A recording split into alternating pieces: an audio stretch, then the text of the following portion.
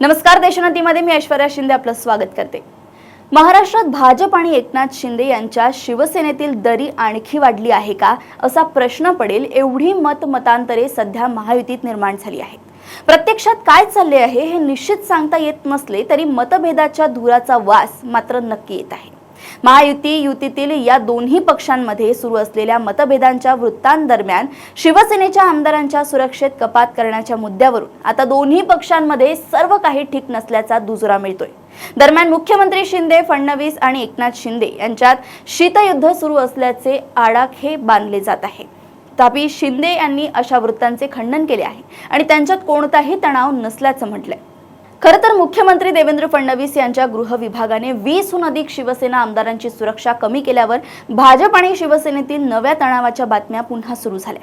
गृह खात्याच्या एका अहवालामुळे आमदारांची सुरक्षा थेट Y+ श्रेणीवरून एका कॉन्स्टेबल पर्यंत कमी करण्यात आली। हे कमी होते की काय की शिवसेनेच्या इतर काही नेत्यांना देण्यात आलेली सुरक्षा काढून घेण्यात आली।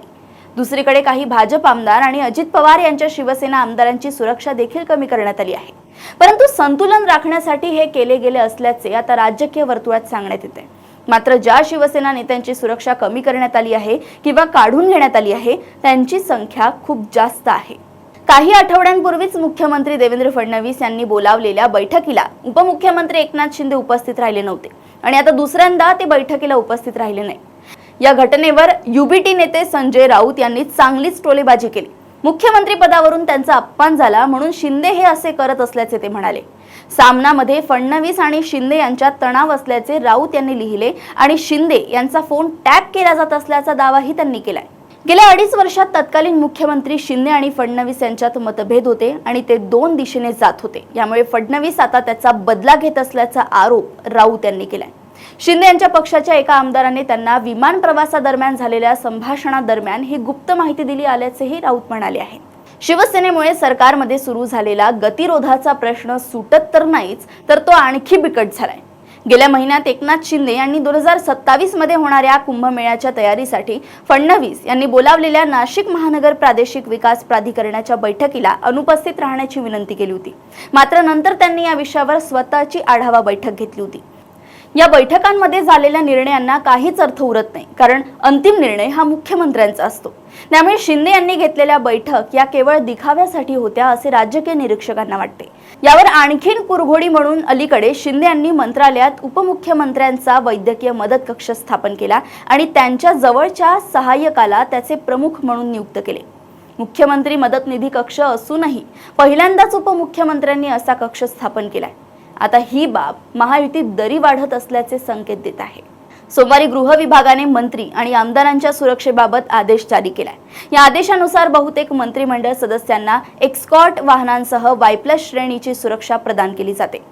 परंतु 20हून अधिक शिवसेना आमदारांची सुरक्षा एकतर कमी करण्यात आली आहे किंवा काढून टाकण्यात आली आहे।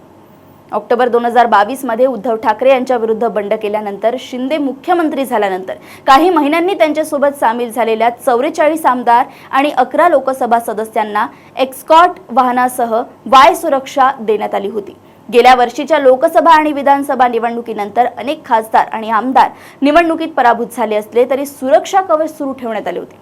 आता मात्र सरकार आल्यानंतर मंत्री वगळता सर्व आमदारांचे सुरक्षा कव्हर कमी करण्यात आले आहे, तर माजी खासदारांचे सुरक्षा कव्हर काढून घेण्यात आले आहे। देवेंद्र फडणवीस आणि एकनाथ शिंदे यांच्यातील तणावाच्या वृत्तांदरम्यान कोणतेही शीतयुद्ध सुरू नसल्याचे शिंदे यांनी स्पष्ट केले आहे। मात्र शिंदे बोलण्यात वेगळे आणि कृतीत वेगळे असे ठसठसीतपणे लक्षात येते। कुछ तो गडबड नक्की है। ती गडबड काय असेल ते आगामी काही दिवसात बाहेर येईलच। ठळक घडामोडींसाठी देशोन्नती न्यूज चॅनलला सबस्क्राइब करा आणि बेल आयकॉन प्रेस करा।